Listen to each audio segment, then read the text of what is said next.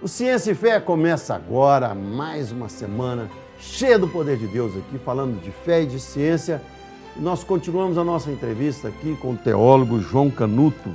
Ele é formado em teologia, em gestão de pessoas, ele é coach e é pós-graduando também em psicologia positiva. Daqui a pouquinho a gente vai começar falando muitas coisas de Jesus. Ciência e Fé com você hoje.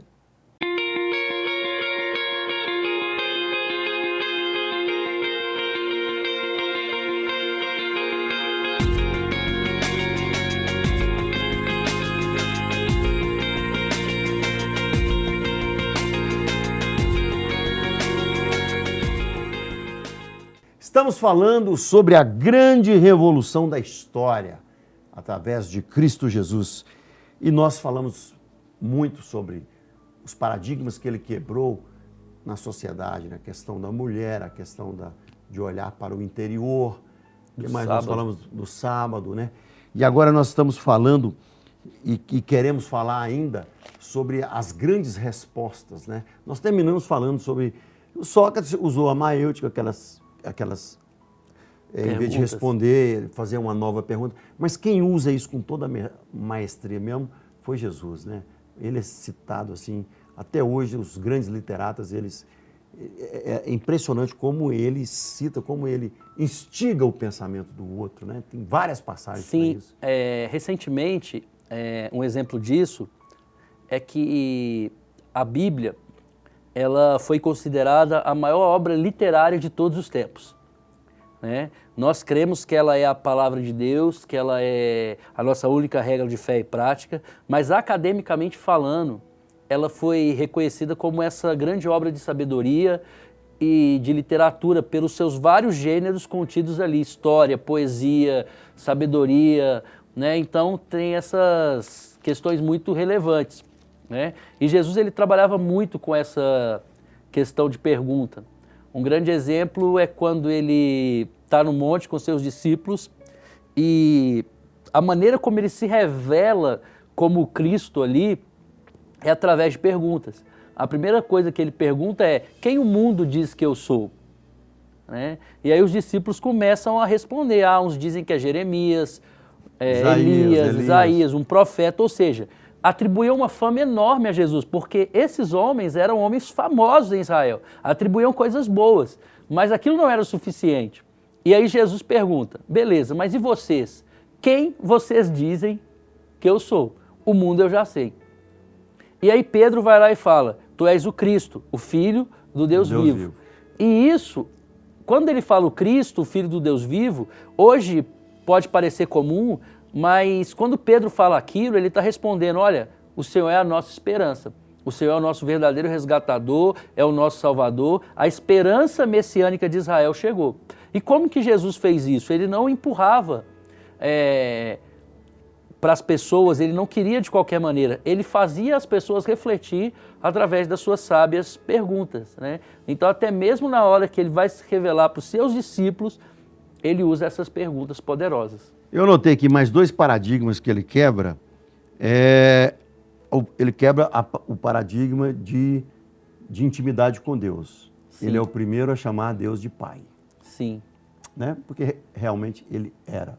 Né? Ele era e é o Filho de Deus e continuará sendo eternamente. Mas ele quebra, né? Aquela distância entre o homem e Deus, né? O escriba judeu, ele, quando ele escreveu o nome de Deus, ele levantava, tinha toda uma reverência. Jesus traz uma intimidade entre o homem e Deus. Ele quebra profundamente esse paradigma de relacionar-se com Deus, né?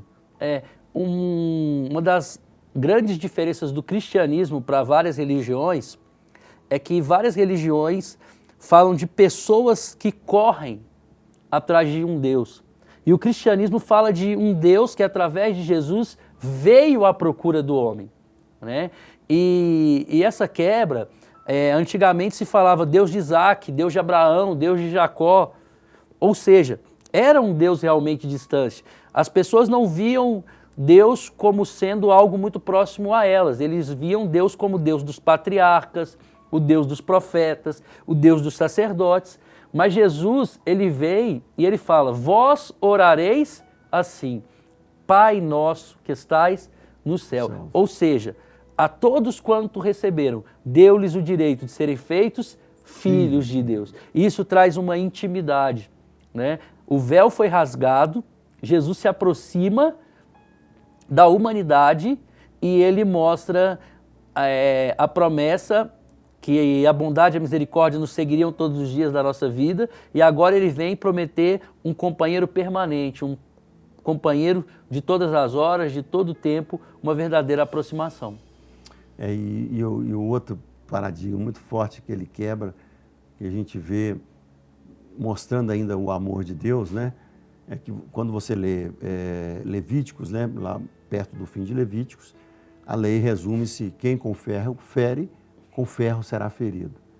Então ele vem dizendo, se alguém te dá uma face, dê a outra para bater. Né? Interessante que ele não falou a mesma, ele mandou dar a outra. Quer dizer, ele não mandou dar uma terceira, né? Porque também o cara pode tornar um capacho. Né? Ele mandou caminhar 2 milhas, ele não mandou caminhar a terceira.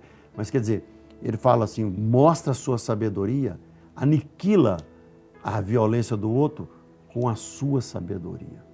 Então ele traz ele traz o amor, né? O amor é o cerne do discurso de Jesus.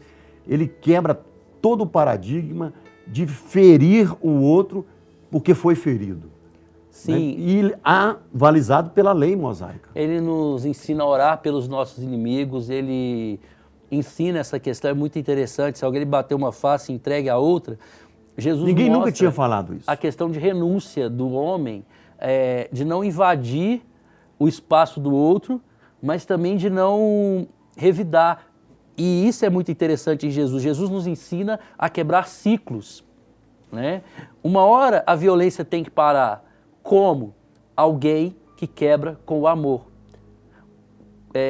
Várias vezes Jesus quebra, ele rompe ciclos. Ciclos de miséria, de violência, de angústia interior. Jesus ele vem constantemente romper com essa questão dos ciclos violentos, dos ciclos de rejeição, através de um amor incondicional. Outro paradigma que ele quebra e que arrasa, né? E que é a base de toda a civilização chamada, que é a nossa civilização chamada civilização judaica cristã, né?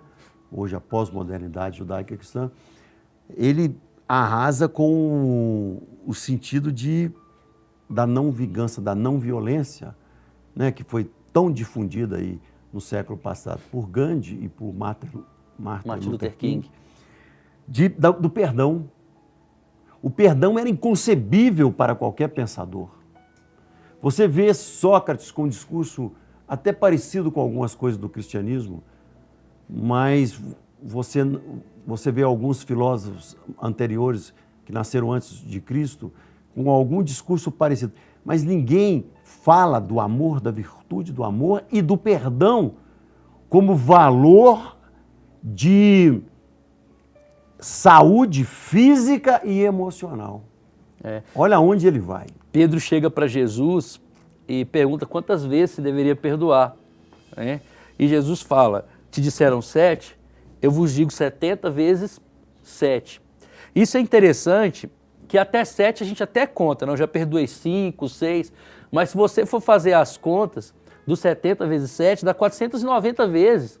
O que Jesus estava querendo dizer? Ninguém vai contar até 490, ou seja, são incontáveis vezes, o perdão nunca cessa. Né? E ele conta isso de uma maneira muito linda em Mateus 18, quando um servo devia milhões, devia uma fortuna impagável ao seu senhor. E aí ele chega, implora o perdão e aquele senhor libera aquele servo. Só que quando ele sai, o seu conservo tinha uma dívida irrisória, mas ele não perdoa, ele manda açoitar, ele manda prender. Isso é uma ilustração do que Deus fez conosco. A nossa dívida com Deus era impagável. A nossa afronta com Deus era impagável, nós nunca conseguiríamos pagar. E houve um perdão. Então, quando Jesus conta essa história, ele estava dizendo, olha, nada que façam a você se compara à dívida que vocês tinham com Deus. e vocês receberam o perdão de Deus. É por isso que hoje vocês têm a capacidade dada por mim. E perdão não é um sentimento, perdão é uma decisão firme daqueles que receberam o perdão de Deus. Ele começa com a decisão, depois ele vai tomando a emoção, né? Ele começa com uma decisão espiritual, depois ele vai tomando a forma de uma emoção, até que a pessoa esquece aquilo, né? O perdão, ele vai num processo. Hoje a psicologia estuda muito perdão. A gente está falando de perdão desde... O perdão cura. Você quer ver, fugindo um pouquinho disso, você está falando dessa questão, a psicologia hoje ensina. Esses dias eu estava participando num debate em uma escola pública aqui de Belo Horizonte. E o tema era a questão do adultério virtual, né? Da questão de se olhar um site, de olhar alguma coisa, se aquilo era considerado um adultério ou não. E aí, hoje eu estou com 34 anos, eu me levantei no debate e falei, olha, eu já sei desde criança que isso é adultério. Aí as pessoas viraram e falaram assim, não, mas como assim? E aí eu abri a Bíblia e mostrei que Jesus fala que quando nós olhássemos de maneira impura para uma mulher, nós cobiçássemos, nós já estaríamos cometendo adultério. Ou seja, algo que é muito discutido hoje por causa das questões tecnológicas, né, que a psicologia e várias ciências falam, lá atrás Jesus já quebra e já rompe esse paradigma e ele fala, olha, o pecado ele começa de dentro do coração, ele começa em pensamento e eles são concretizados em atos, mas se você, mesmo não cometendo ato, você trabalhar essa questão e olhar de maneira impura, você já cometeu adultério.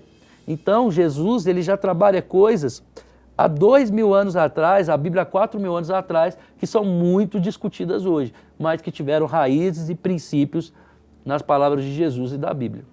É isso aí. Daqui a pouco a gente vai voltar com outros paradigmas que Jesus pregou e viveu, quebrou, né? A gente vai falar da graça, a gente vai falar sobre as pessoas, os publicanos que Jesus andou com eles, quebrando ali, né? Vários paradigmas. Então você não pode desligar, não. Fica conosco aí que o Ciência e Fé está voltando rapidinho. Vamos nessa?